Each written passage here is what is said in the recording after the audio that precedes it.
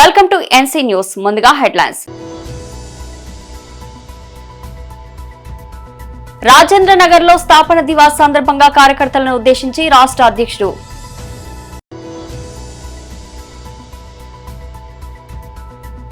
తెలంగాణ భవన్లో బీఆర్ఎస్ నాయకుల పత్రికా సమావేశం.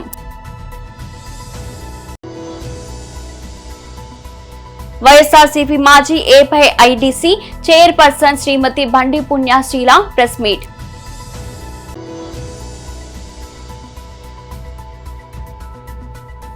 సిడ్నీలో David Warner arrest. Rajendra Nagar లో స్థాపన దివాస్ సందర్భంగా కార్యకర్తలను ఉద్దేశించి రాష్ట్ర అధ్యక్షుడు మరి వేదికను విచ్చేసినటువంటి ఒక అందరికీ ఎందుకు చాలా మంది ఉన్నారు. సమయం కూడా నాకు విద్యానగర్లో వేరే మీటింగ్ కూడా పోయేది కాబట్టి మరి పత్రికా విలేకరులకు ఇక్కడ విచ్చేసినటువంటి ఒక కార్యకర్తలకు నాయకులకు కొత్తగా చేరినటువంటి కాంగ్రెస్ పార్టీ వచ్చినటువంటి యువకులకు పేరు పేరున అందరికీ నమస్కరిస్తూ ముందుగా భారతీయ జనతా పార్టీ ఆవిర్భావం దినస్తున్నాడు. భారతీయ జనతా పార్టీ రాష్ట్ర పార్టీ తరఫు నుంచి మీ అందరికీ కూడా నేను అభినందనలు శుభాకాంక్షలు తెలియజేస్తాను. 47 సంవత్సరాలు అయినటువంటి మన పార్టీ ఒక రాజకీయ పార్టీ పుట్టితే దాని వెనక ఎంత శ్రమ ఉంటుంది, ఎంత త్యాగాలు ఉంటాయి, ఆ సిద్ధాంతాన్ని ప్రజల్లో తీసుకుపోయేటటువంటి ఒక ప్రయత్నం ఉంటుంది. మరి అప్పట్లో కాంగ్రెస్ పార్టీ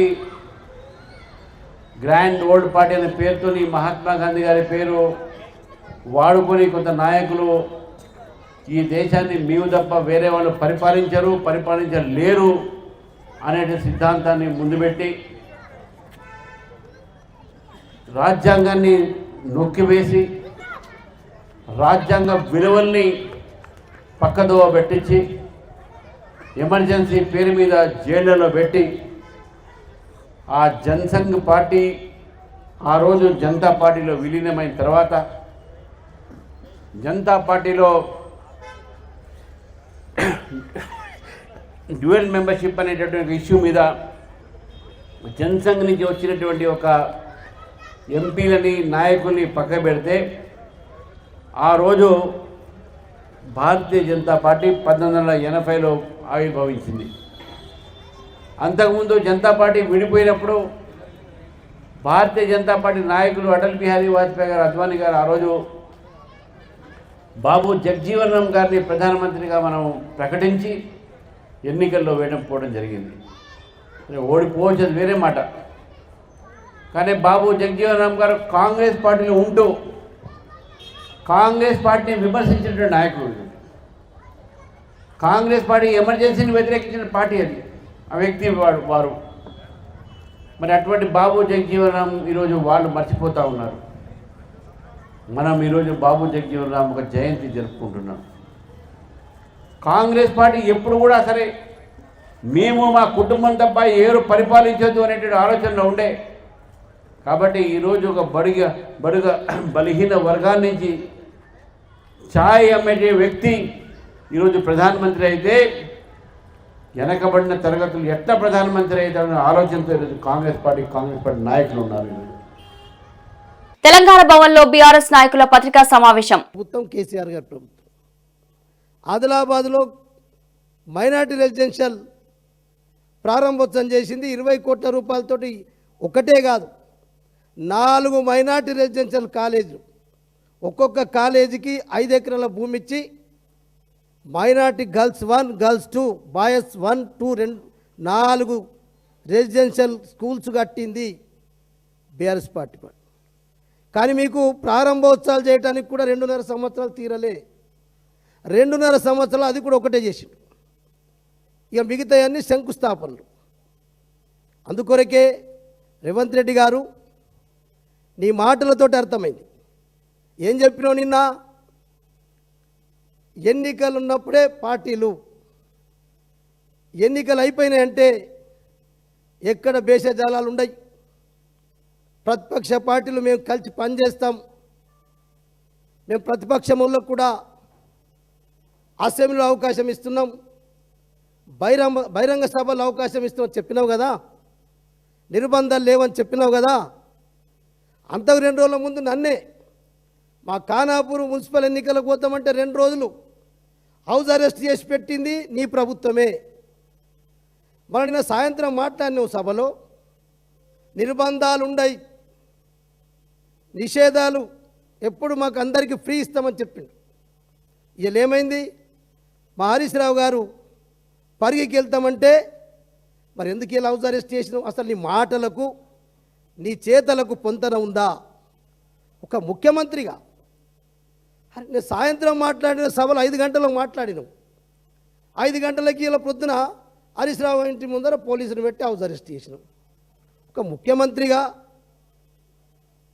కనీసం ముఖ్యమంత్రి పదవికైనా ఉందాగా మాట్లాడు. చేసేది ఒకటి, చెప్పేది ఒకటి అని ఇలా నీకు నీవే రుజువు చేసుకున్నావు.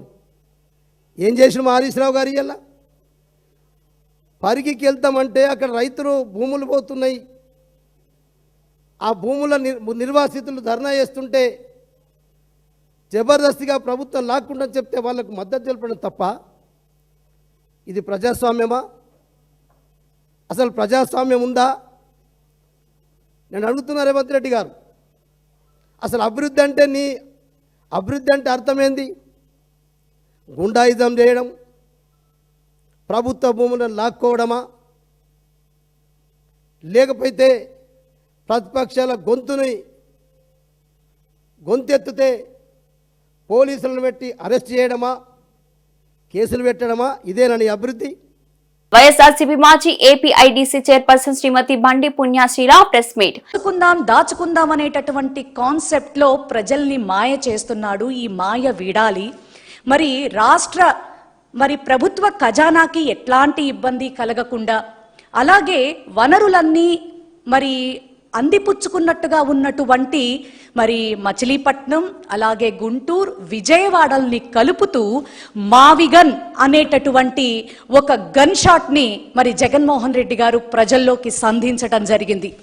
ఇది ప్రజల్లోకి చొచ్చుకుపోయింది అన్న మాట మరి వాళ్ళకి తూటాల్లాగా మెదడులోకి, గుండెలోకి చొచ్చుకుపోయి మరి రాధాకృష్ణకి ఏం చెయ్యాలో తెలియక ఇంత వివరణాత్మకంగా జగన్మోహన్ రెడ్డి ఇంత విజన్తో మరి ఎట్లాంటి లొసుగులు లేకుండా, ప్రజల మీద భారాలు లేకుండా మరి ఇంత గొప్పగా రాజధానిని క్రియేట్ చేసుకోవటానికి ఇంత మంచి ఆలోచన ప్రజల్లోకి గుప్పించేశాడు. మరి ఏమిటి చంద్రబాబు నాయుడు పరిస్థితి? దీన్ని ఎట్లా అయినా సరే డైవర్షన్ పాలిటిక్స్లో భాగంగా ఏదో ఒకటి చెయ్యాలి అని చెప్పని ఎంతటి కిరాతకానికి దిగజారిపోయి, నిజంగా కడుపుకి అన్నం తింటున్నావా, గడ్డి తింటున్నావా? లేకపోతే కూటమి నేతలు ఉదయకాల సమయంలో మరి కాలకృత్యాలు తీర్చుకున్న తర్వాత మరి వాళ్ళ అశుద్ధాన్ని ఏరుకుని తింటున్నావా అని ప్రశ్నిస్తా ఉన్నాం రాధాకృష్ణని. ఎంత సిగ్గులేని జన్మ కాకపోతే నిన్ను వైఎస్ఆర్సీపీ మహిళలు, వైఎస్ఆర్సీపీ నేతల భార్యలు నిన్నేం చేశారయ్యా? ఒక తల్లి కడుపున ప్రేమకి గుర్తుగానే పుట్టావు కదా. ఏం జన్మని ఇది? సిగ్గులేని జన్మ.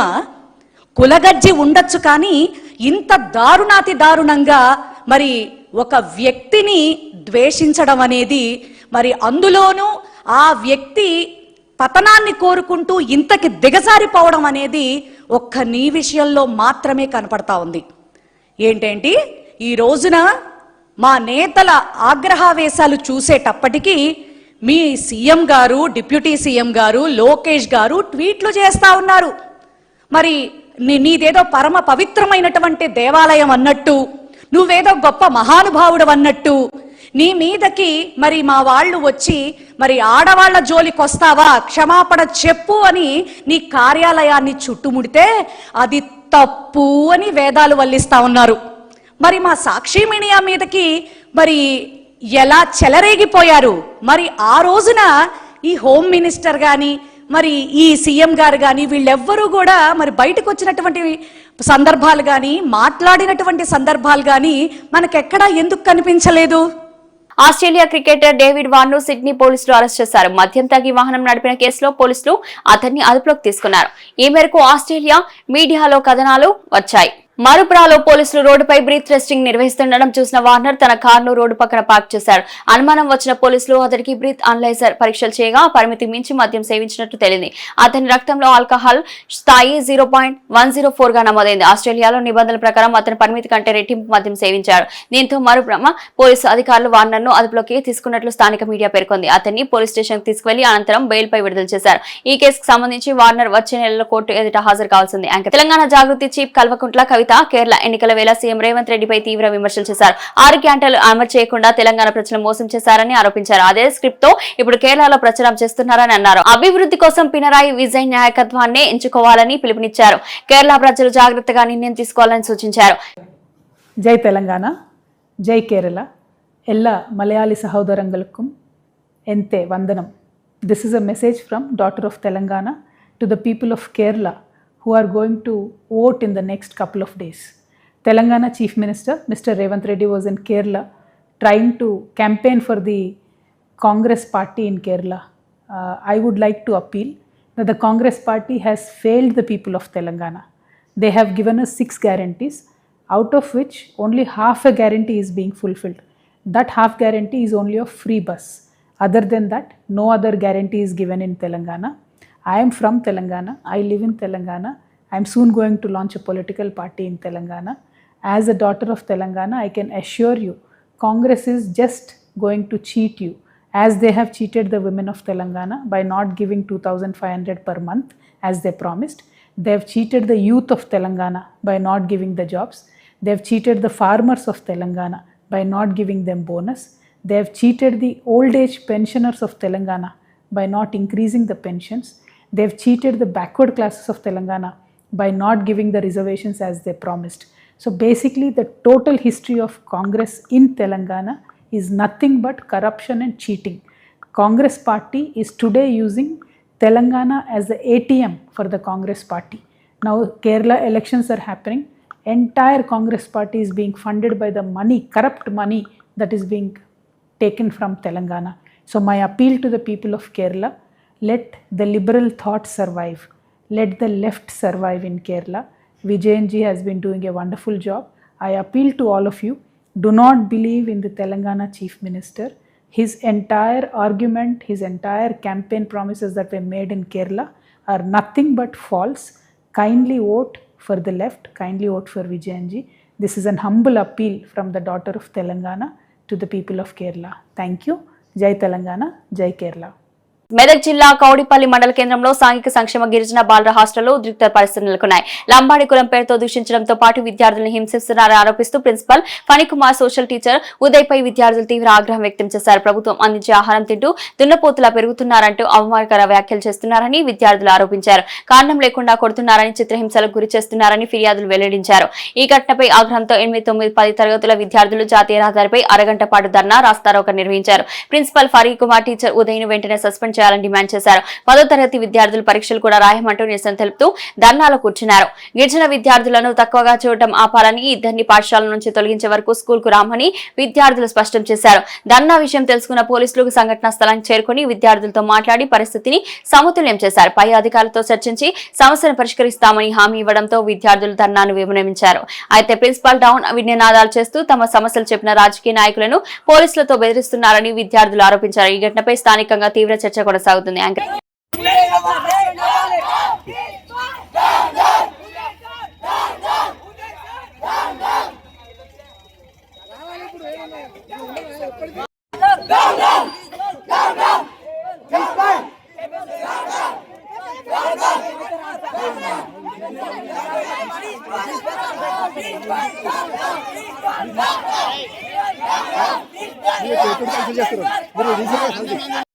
ఏడే తీసుకున్నాను ఏమో వెంకట బిర్యానీ తినమంటే 50,000 అది మా ప్రూఫ్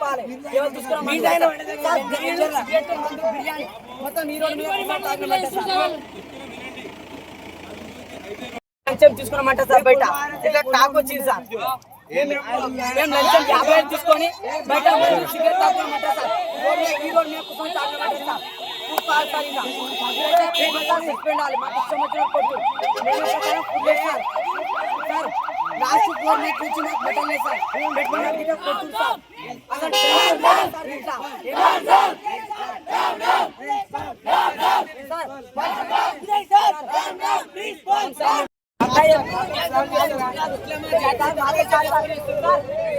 ఇట్లా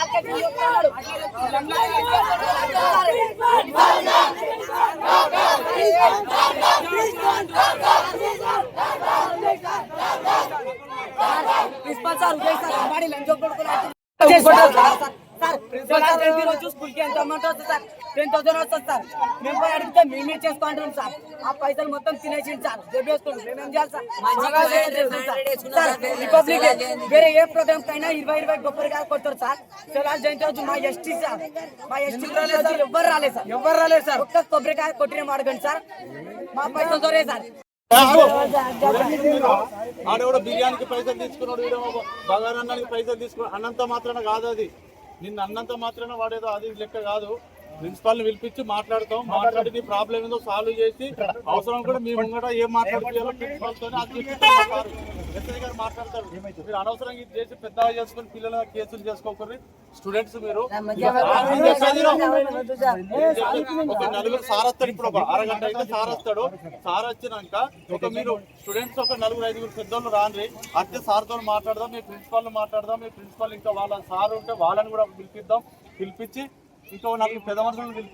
వికారాబాద్ జిల్లా పరిగి మండలం కాడ్లాపూర్ గ్రామంలో ఇండస్ట్రియల్ పార్క్ ఏర్పాటు కోసం ప్రభుత్వం ప్రతిపాదించిన 1200 ఎకరాల భూసేకరణకు గ్రామస్తులు తీవ్రంగా వ్యతిరేకిస్తున్నారు. మా భూములు మేము ఇవ్వమంటూ రైతులు, మహిళలు, యువకులు కలిసి గ్రామంలో ధర్నా నిర్వహించారు. జరుగుతున్నటువంటి ఈ యొక్క నిరాదీక్షకు మేమందరం కూడా సంఘీభావం తెలియడానికి రావడం జరిగింది. మాది ఒకటే డిమాండ్, అందరిది ఒకటే డిమాండ్. చట్ట వ్యతిరేకంగా జారీ చేసినటువంటి నోటిఫికేషన్ను వెంటనే రద్దు చేయాలని చెప్పేసి ఈ సందర్భంగా మేము ప్రభుత్వాన్ని డిమాండ్ చేస్తున్నాం. మరి గౌరవ స్థానిక ఎమ్మెల్యే గారు కూడా దీని మీద స్పందించి ఖచ్చితంగా ప్రజల పక్షాన నిలబడి ప్రజలకు న్యాయం జరిగే విధంగా కృషి చేయాలని చెప్పేసి ఎమ్మెల్యే గారిని కూడా మేము డిమాండ్ చేస్తూ ఉన్నాం. ఎందుకంటే ఈరోజు భూమి లేకపోతే వాళ్ళ జీవనం లేదు. కాబట్టి వారికి మనం ప్రత్యామ్నాయం చూపించేటటువంటి పరిస్థితుల్లో కూడా ఈ ప్రభుత్వాలు లేవు.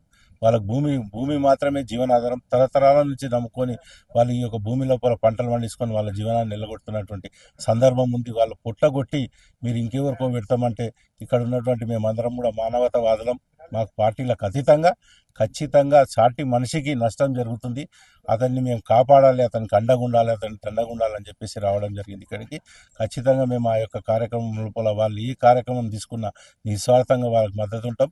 100% ఈ యొక్క నోటిఫికేషన్లు ఏవైతే రాష్ట్ర ప్రభుత్వం మరి ఈరోజు రేవంత్ రెడ్డి గారు రియల్ ఎస్టేట్ దందా గురించి చేసినటువంటి నోటిఫికేషన్ ఉందో దీన్ని వెంటనే రద్దు చేయాలని చెప్పేసి మేము డిమాండ్ చేస్తున్నాం. ఎంతకైనా సరే తెగించి పోరాడతాం. ఖచ్చితంగా ప్రజల పక్షాన ఉంటాం. భూములు పోకుండా కాపాడుకోవడం లోపల మేము 100% సఫలమవుతాం. ఎందుకంటే ఈరోజు మీరు చూస్తున్నారు ఇంతమంది పోలీసు వాళ్ళు ఉన్నారు. పరిగి లోపల ప్రజల కన్నా పోలీసు వాళ్ళు ఈరోజు ఎక్కువ ఉన్నారు.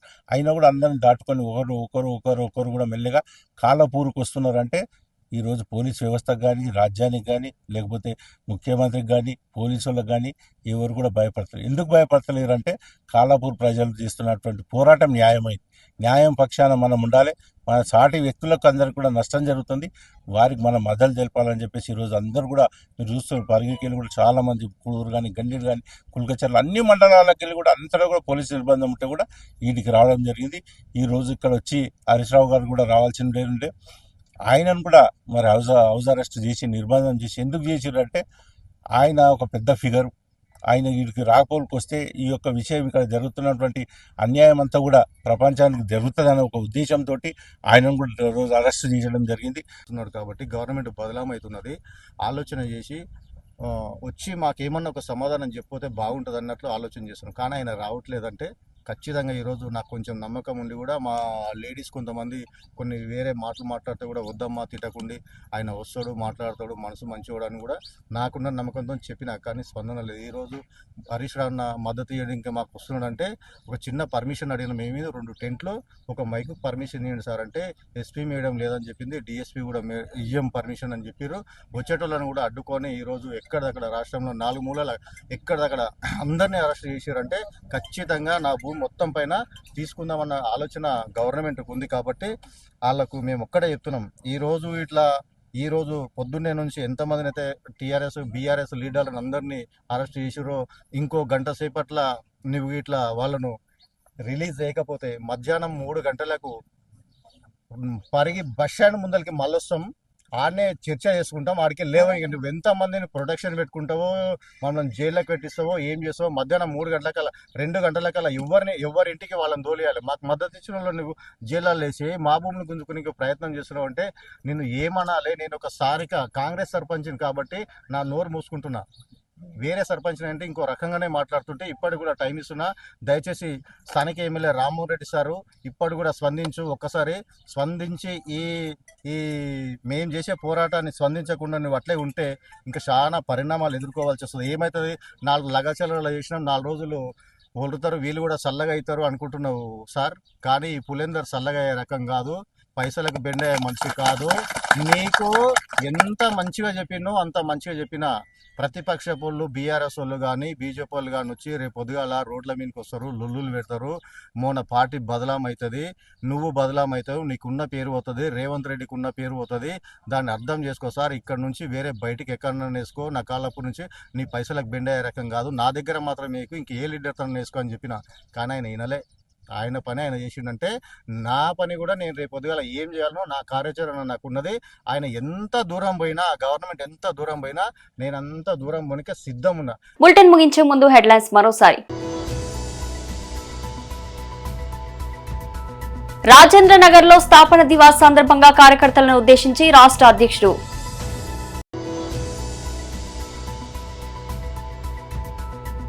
తెలంగాణ భవన్లో బీఆర్ఎస్ నాయకుల పత్రికా సమావేశం.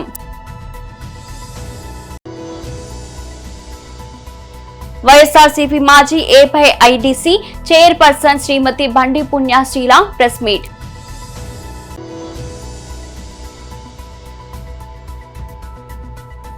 సిడ్నీలో డేవిడ్ వార్నర్ అరెస్ట్. ఇది ఈ రోజు బులెటిన్. మరో బులెటిన్ లో మళ్ళీ కలుద్దాం. అంతవరకు సెలవు.